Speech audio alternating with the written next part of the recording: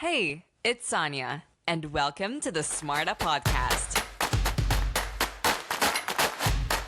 I am truly so excited for you to get down and watch this pure episode of wisdom and knowledge that will make you a better leader. Today's guest is Dr. David Burkus. He is a best-selling author of 5 books on leadership, teamwork, and collaboration, whose works have been translated into dozens of languages and have shaped how companies around the world approach the future of work. His insights have been featured everywhere from the Wall Street Journal and Harvard Business Review to CNN, BBC, and CBS This Morning. He's a former business school professor turned sought-after speaker and advisor, and David brings forward-thinking, research-based, and immensely practical ideas that leaders can put into action immediately. You're going to notice this listening to this podcast episode, and I'm just so excited to see how you can become a better leader. Dr. David Burkus, welcome on the SMARTA Podcast. It's an absolute pleasure to have you on here. Thank you. Thank you so much. I grew up not far outside of Boston, so SMARTA is exactly how we say smarter. I love it. It's a great name. That's actually something no one's told me before. It's an amazing way to kick off the podcast. Super excited. All right. Where I want to take you first, because your career spans from being a business school professor, best-selling author of 5 books, and a trusted advisor to organizations like NASA, Adobe, and PepsiCo. With your latest book, Build Your Best Team Ever, where I want to take you first is if you can speak directly with the person listening. What would you say are the top 3 key takeaways you've learned over your journey that are most important? Yeah.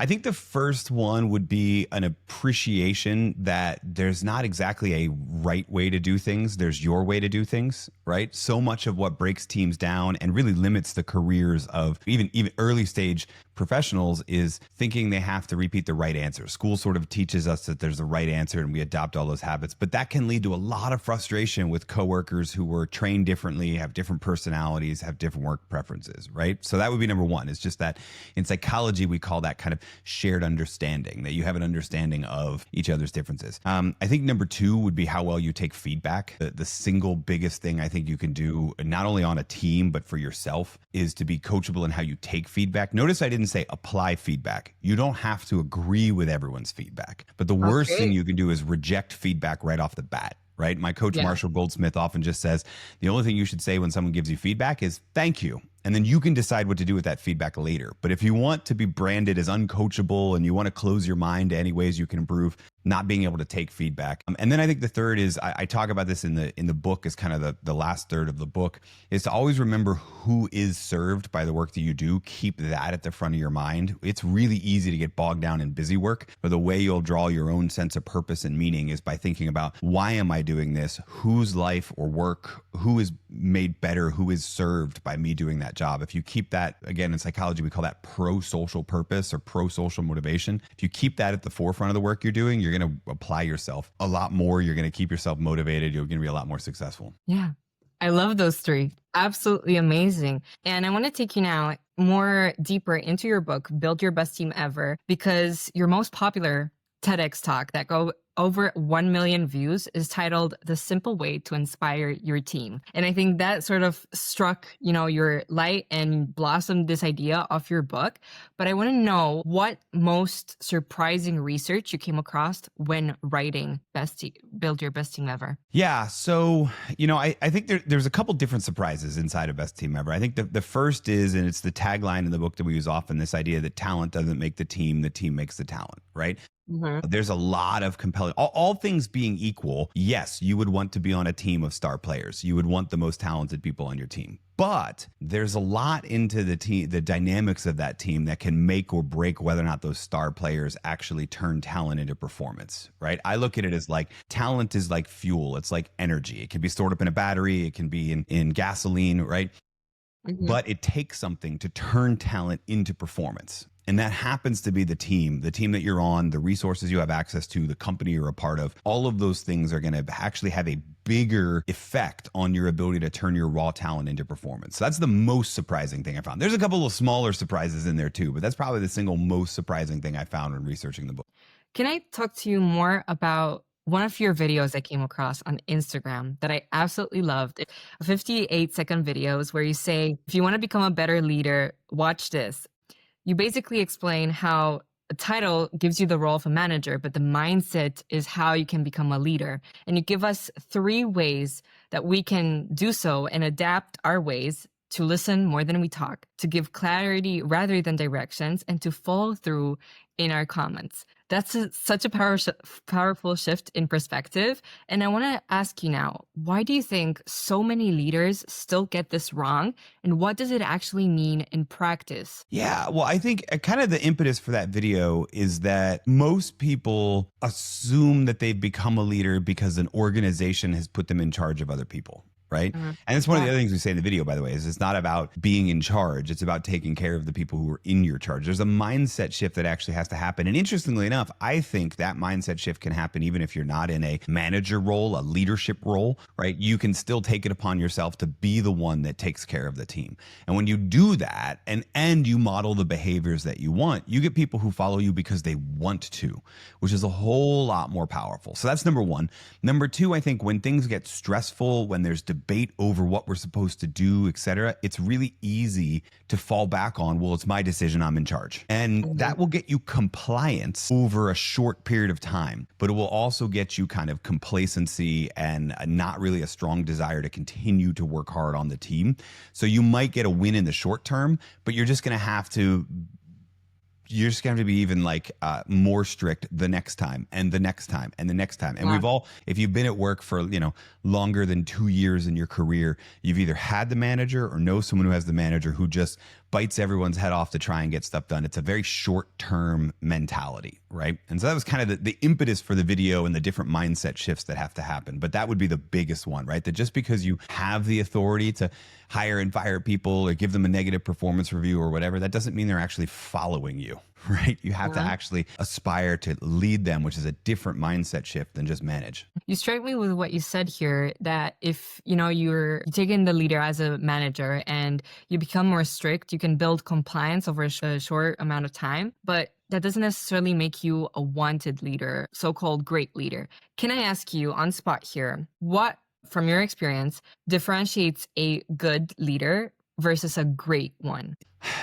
I would say a good leader is somebody who can help us understand, like we talked about the clarity role in that video, can help us understand what we're doing, why it's important, who's doing what, et cetera. And those are great, right? Those are all great skills to have. I don't mean to this isn't a situation where good is the enemy of great. Most of us out there will just be good leaders, and that's fine, right? Yeah. I think to be a great leader, there's a couple different things that come into play. Number one is the broader connection from clarity to vision, right? So not just why are we doing what we're doing, but what's the long-term impact of that? What's the change we're pursuing in the world that compels people to be a part of it? So that's number one. And then I think number two would be a deep sense of care that I actually follow that leader. Now, in your career, I have this too. In your career, there are certain leaders or managers you have over you who, as soon as you move on, you stop interacting with them whatsoever. And then there are ones, I have one, his name's Dustin. He was my first boss out of college 20 something years ago. I still text him every once in a while, right? We still talk. He's still happy for my career success. I'm still excited for what he's doing. I wouldn't say that's an indicator of a great leader. That's not what makes him a great leader. What makes him a great leader is the sense that when I was working with him, I felt like he deeply cared about me and not just how I can help him get the job done. Right. And there's a ton of research, like Sidney Finkelstein at Dartmouth has a ton of research on what he calls super bosses. And this is like point number one, is this idea that super bosses care about their people even beyond them because they know people are going to grow out of the role and that's okay. Absolutely. And you made me think about something that you said here, talking about leaders, about this book I read quite recently from Harvard Business Review. It's called Smarter Networking. And there's this amazing quote that says, your network is worth more than your net worth. And this kind of leads me on to asking about your personal experience in how, a phrase that you've got, which says culture shapes performance. And I want to ask you, Dr. David Burkus, more in particular about some habits or practices that can make or break a team culture. And what is your top one or favorite that can be instantly applied, let's say, in your life? So I would say the absolute top one would be demonstrating respect. right? Mhm. So in the book, in ever we go over a huge third of the book is talking about a concept called psychological safety, which is a sort of, it's a powerful concept, but it's also sort of a vague, amorphous concept. And Yeah. and I noticed the gap in the literature is talking about what does that look like habitually. And one of the things we find is that a lot of people equate psychological safety to trust. And it's not that trust isn't a part of it, but Mhm. then we think, okay, how do we build trust? Like, oh, let's go do trust falls. Let's do activities together. Let's eat dinner. Yeah. Let's spend time together and we'll trust each other. And all of that's great. But the real crucible of trust is what happens when someone shares an idea you're not sure about, or openly disagrees with the rest of the team, or talks about a failure and what they learned for it, and what they're looking for is kind of validation and not being torn down. All of those things, the habit you've got to display in the moment is that you still respect them as a person, that you're supportive of their idea. Even if you don't agree with it, you want to hear them out, right? That when you're disagreeing, you're staying focused on the task and the parts of the argument you disagree with, and not degrading into personal attacks, right? Like, oh, you always say that, or you always, right? And then even the failures, right? That you're making sure you're not making jokes at their expense or blaming them too much, that you're taking the time to learn what are the failures, were their mess up versus systematic failures, et cetera. I think that modeling of respect is probably the number one thing. You actually see on high performing teams, you actually see that they disagree with each other far more often than medium and low performing teams. The difference is they disagree respectfully, not because they don't lack trust. They get trust because they take the time to demonstrate respect in every interaction. And that actually grows the level of trust and psychological safety over time. Mhm. Absolutely. And this also helps them build a broader view and a perspective that maybe they haven't considered off yet. And I want to go deeper into teams, specifically now into why teams fail, because there's often groups of highly talented people that end up falling short, and others that are, let's say, so called less talented teams that end up outperforming them in the long term. Could you share a real world example where you've seen this happen? Yeah, I mean, there's a ton of, I think the easiest ones to lean on here. There's a ton of examples from the sports world, right? All right. So, for example, I'm a Philadelphia Eagles fan. Don't hold that against me. In American rules football, right? Two-time Super Bowl champions. But what a lot of people forget is, 3 years ago, getting all the way to the Super Bowl, the championship game, and losing to the Chiefs. We then beat them 2 years later, so there's that. But then the season after that, they started strong. Everybody started thinking this is the most talented team they've ever assembled. This is going to be a team that performs. And then midway through the season, just fell apart. Like, it was devastating to me watching them rack up like 8 wins in a row and then just consistently lose. And when you dug into it after the fact, of course, these professional sports teams don't talk about their drama during the season. But when you dive into it afterwards, there were all sorts of cultural clashes between the players on the field and some of the mid-tier coaches, the offensive coordinators, the defensive coordinators, calling plays that teammates didn't feel like they could do, et cetera. And so you had that cultural dynamic, right? There's also an example I love to use a lot. It was so long ago now that people forget. There was a time when LeBron James in professional basketball was, this big superstar, and everybody's like, well, he's leaving Cleveland to go to Miami. And they talked about how they were just going to win championship after championship. Well, they did not win a championship his first year in Miami. There were too many star players on that team, and none of them could cooperate. All of them were trying to make the plays happen. It wasn't until the next year when they added a member of the team, Shane Battier. He's actually probably my favorite professional basketball player of all time. Shane Battier is known as the no stats superstar because there are no stats on the record books that contribute to like points or rebounds or anything like that contribute to what he did. The difference is somebody took the time to do the analysis. Anytime he was on the court, everyone else's stats got better.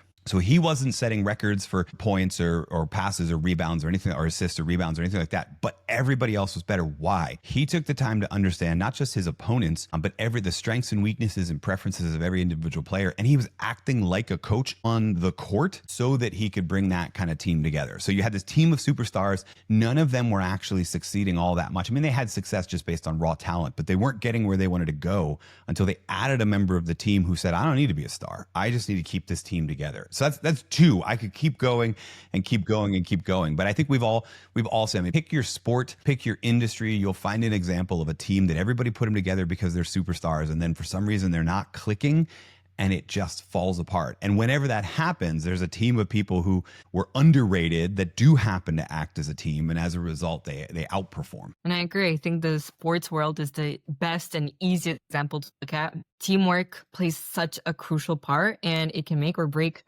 that team's season finale. For this, I want to go into mindset shifts that we can apply, especially for the person listening right now who feels, even half of what I feel like, very motivated and really listening into what you've got to say, because it's outstanding and amazing how you bring in all these different areas from the sports world to Dr. Marshall before and psychology terms. I want to narrow in to a particular part of your book, which is a blueprint for leaders. What's one change, Dr. David Burkus, that, let's say, the person listening right now, whether they're an entrepreneur or in a company, can implement this week that would immediately improve their performance, their team performance? Yeah, I think probably the single biggest thing would be to facilitate the conversation on the team about each other's work styles and work preferences. If you're in a leadership role, this is actually really easy because you could just call a meeting, and you can do on my website and in the book, we talk about this thing called a manual of me, having people write out a manual to what it's like to work with them. It's an incredible exercise. If you're in a leadership role, you can just say, hey, we're doing this, right? Yeah. Google manual of me, find the instructions we've got on our site, take your team through it. That'd be awesome. If you're not in a leadership role, you can still create this document. You can still show other people, hey, this is what it's like. This is when I do my best work. This is where I need help, etc. And not only will that make it easier for your team to work with you, so your own individual performance will increase, but your teammates are probably inspired by your example, and it'll facilitate that conversation, right? You want to know, what are the preferred communication tools people on your team use? You want to know, I mean, in a world of kind of remote hybrid work where people we're back in the office for most of us, but not all of the time. You want to know what people's ideal like circadian rhythm is. When do you do your best work? Is it morning? Is it afternoon? Are you a night owl? All of these sort of questions you want to know, and you want your team to know the answers for you. So I would say that's an activity, that's a habit. It accompanies a mindset shift that we talked about right off the top, which is that idea that there's no one best way to do this work. Everybody's got a little bit different style based on their knowledge, skills, and abilities, their personality, their own work preferences, and teams work best when each person of the team knows how each other works best. And so you could start that whether you're in a leadership role or not. You can start helping the team better understand how each other works best. And then over time, you'll figure out how to work best together. The early career professionals that, now's about the time where they finally graduated from university, got their degree, and enter the workforce and question themselves whether they should go upwards the career ladder traditionally, as in terms of starting from their ground up, or start their own business and not set a limit on their earnings and just focus on their work individually. How would it take to contribute even more to how they perform in terms of whether they have 10 employees or 500? Yeah, I mean, I think if I could give a bit of career advice, I mean, I think there's a common sort of sentiment here around, do I go work for somebody else or do I go work for myself, around following your passion and what have you. And I don't know that I buy into that early on. I think when you, and this is sad for me to say because I taught business school for 10 years, but when you first get out, you still have a very narrow window into all of the different opportunities the world has, right? And so what I would say is just look for places you can make a contribution. Some people are lucky enough to kind of default into, hey, I can do this as a freelancer, and that becomes a solopreneur, that becomes a business, that becomes a thing that they grow. Most of us are probably going to end up, even if we're one day entrepreneurs, we're probably going to end up inside an organization for a little bit of time. It's a faster paycheck. It's an easier way to get settled. In my part of the world, there's student loans to pay back. There's things we got to do, right? And there I would say, again, it's not so much about your passion. It's look for where you can make a contribution. And when I say contribution here, I don't just mean do any work that's helpful. I mean, where do your knowledge, skills, and abilities, passions, preferences, etc., make the biggest contribution inside the organization? And it doesn't matter what size the organization is. If it's 10 people, it's still a big contribution. If it's 500 people, it's still a big contribution. And over time, believe it or not, if you chase that contribution, that unique contribution, A, you'll become more known for that inside the organization and you'll get more opportunities to do that. And B, you'll become more passionate about that. And so as a result, it'll sort of turn into your passion. Passion actually follows contribution, not the other way around. So that would be the biggest piece of advice I have. Again, whether you're going solopreneur or whether you're going inside an organization, is just follow that contribution, not necessarily your passion. Candidly, sometimes it can be a cold world out there. Nobody cares about your passion at first. What they care about is where can you make a contribution. And what I love is you just happen to become passionate about those things that you can make a unique contribution in the world. And just this quote, passion false contribution reminds me back to one of your TEDx talks that you've had titled Why Great Ideas Get Rejected. And I think it's the best starting point for solopreneurs questioning themselves if they've got what it takes and they've got that discipline and just determination to stick to something that won't grow until, let's say, 4 years later down the line. What would be one standout lesson that you've seen from these top performing teams that smaller organizations leading back into those 10 people businesses can also adopt? Well, that's an interesting one, right? Like, it's funny. In most of my work, people tell me the other way, right? You get these big bureaucratic organizations and they're like, how can we be small and nimble like a startup? I would say, The table around. right? I would say, I think, or teams and organizations and companies go through phases, right? And when you're a solopreneur or you have a team of 2 or 3 people, but everybody reports to you, it's really easy to keep the mission and the vision kind of at the forefront, right? Because everybody's connected to you and why you founded the company, and it's really easy for them to adopt that, et cetera. As you get to kind of that middle ground is actually where it gets the hardest. And the reason is that everybody's still looking to you, but there are layers in between you and everyone in the organization. So you have to kind of make sure that your managers and what have you, when you get to a larger organization, you have a broader scale strategic planning initiative. You know, you've got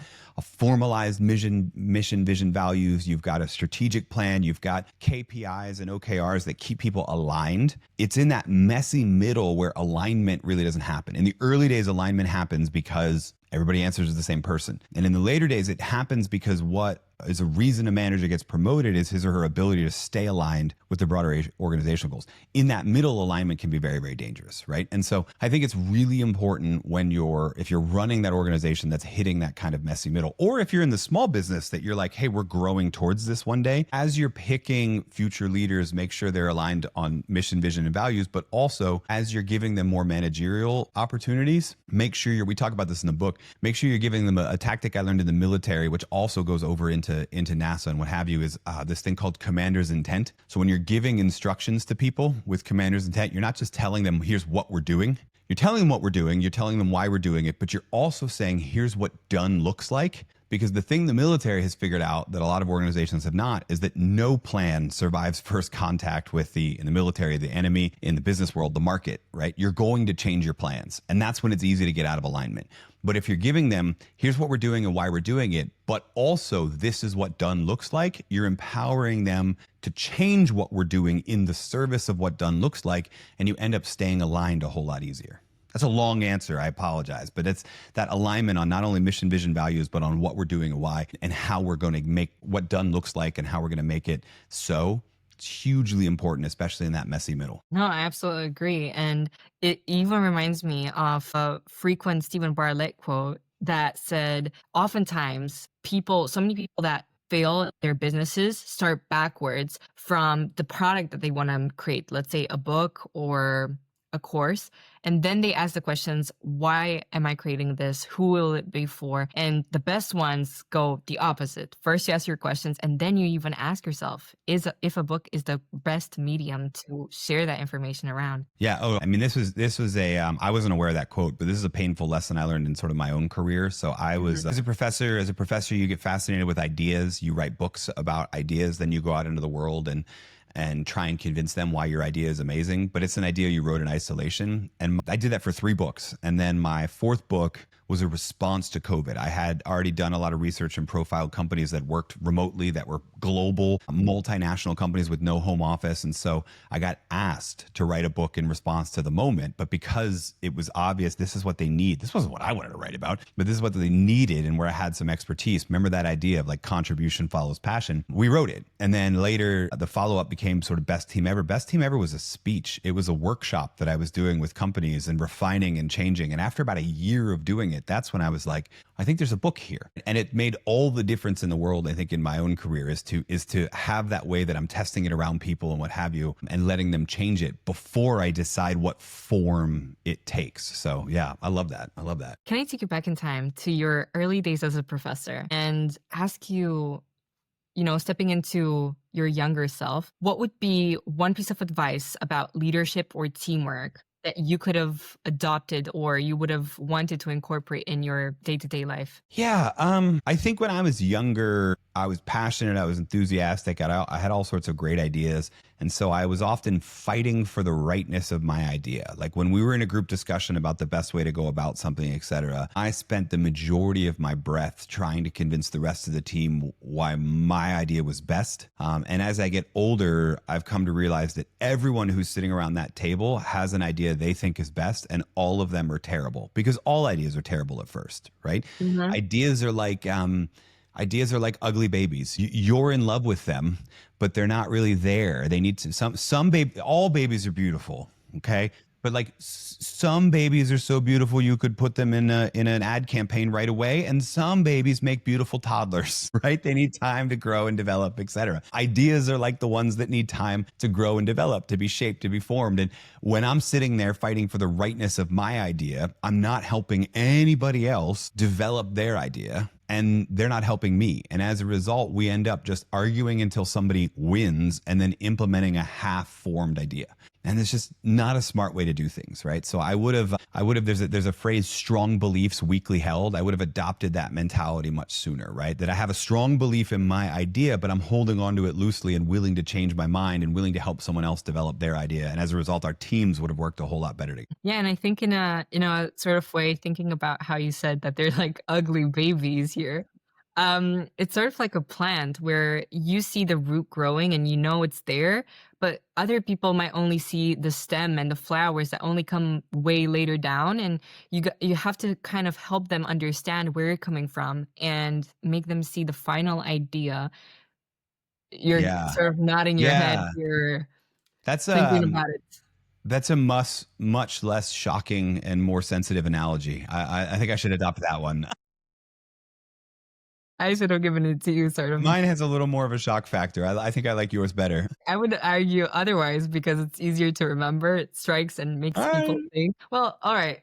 Let's go now into the SMARTA podcast tradition. And this is usually the last guest that leaves a question for the next one. And so it's funny. It's kind of what we've been talking about so far throughout the podcast and episode. Dr. David Burkus, what does it take to build your best team ever? Yeah. Okay. So in the book, we outlined 3 building blocks, and we've already hinted at a lot of them, right? Number 1 is common understanding, or sometimes called shared understanding. Number 2 is psychological safety. We've talked about that in the concept of trust, respect. And we talked about contribution and pro-social motivation, all that sort of stuff. So instead of rehashing all of those, I will say that I can summarize the majority of the book in a single sentence. And it's a sentence that ends up in like the very last paragraph of the book. And it's this: at the end of the day, out of all of the research, to 20 years doing this, contributing to a larger body of 50 plus years of research on team dynamics, the number one truth that floats to the top is that people want to do work that matters, and they want to work on teams that make them feel they matter.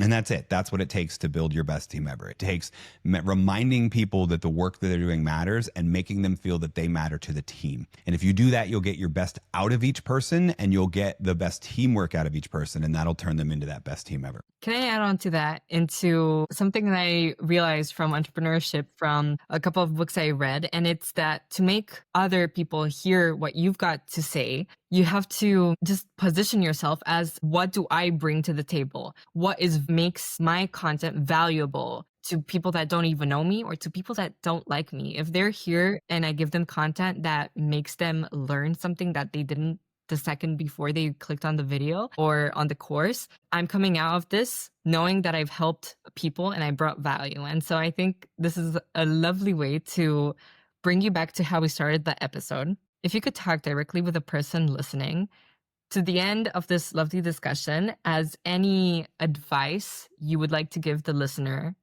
an end message, what would it be? Yeah, well, I'll just give it to you directly, right? Because of everything that I heard you say around why you're doing this podcast and all that sort of stuff. You said the key word, 4-letter word, help, right? If it helps people, here's what I would tell you. Put a system in place where you can capture that help. For me, it was really easy. I was a business school professor. One of the courses I taught was around business communication, which included like communication norms, but also basic civility, like writing thank you notes. And one of the things we'd do is I'd have students who would go out and they'd buy their first stationery to write their first handwritten thank you notes. But then, of course, they had no one to thank, so they would write them to me, which was really cool.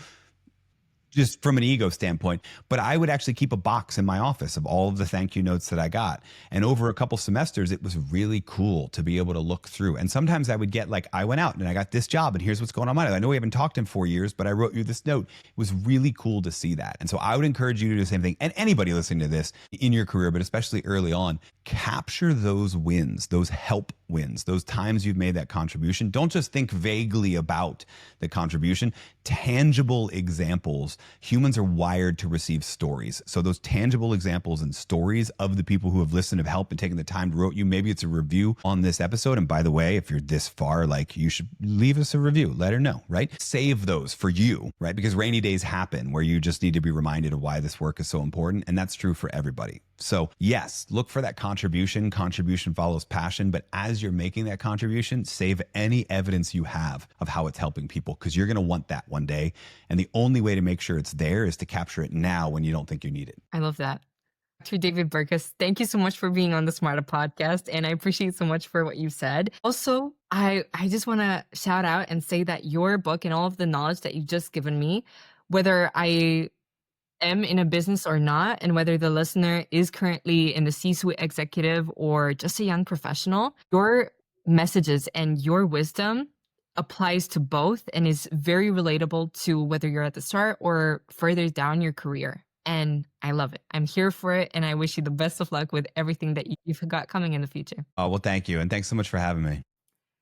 Now, if you enjoyed what David said during the podcast, you can get your hands on Best Team Ever, his book, down below in the show notes. And he even has additional resources that you can download yourself for free on his website, which is also linked down below. And as Dr. David Burkus said himself, if you've made it this far into the video, congratulations to you, because it just gives me a message that you are willing to learn what it takes to build your best team ever. And with that being said, I'm Sonia Marta. This was the SMARTA Podcast, and I truly believe in your ability to create the life of your dreams. See you next Monday.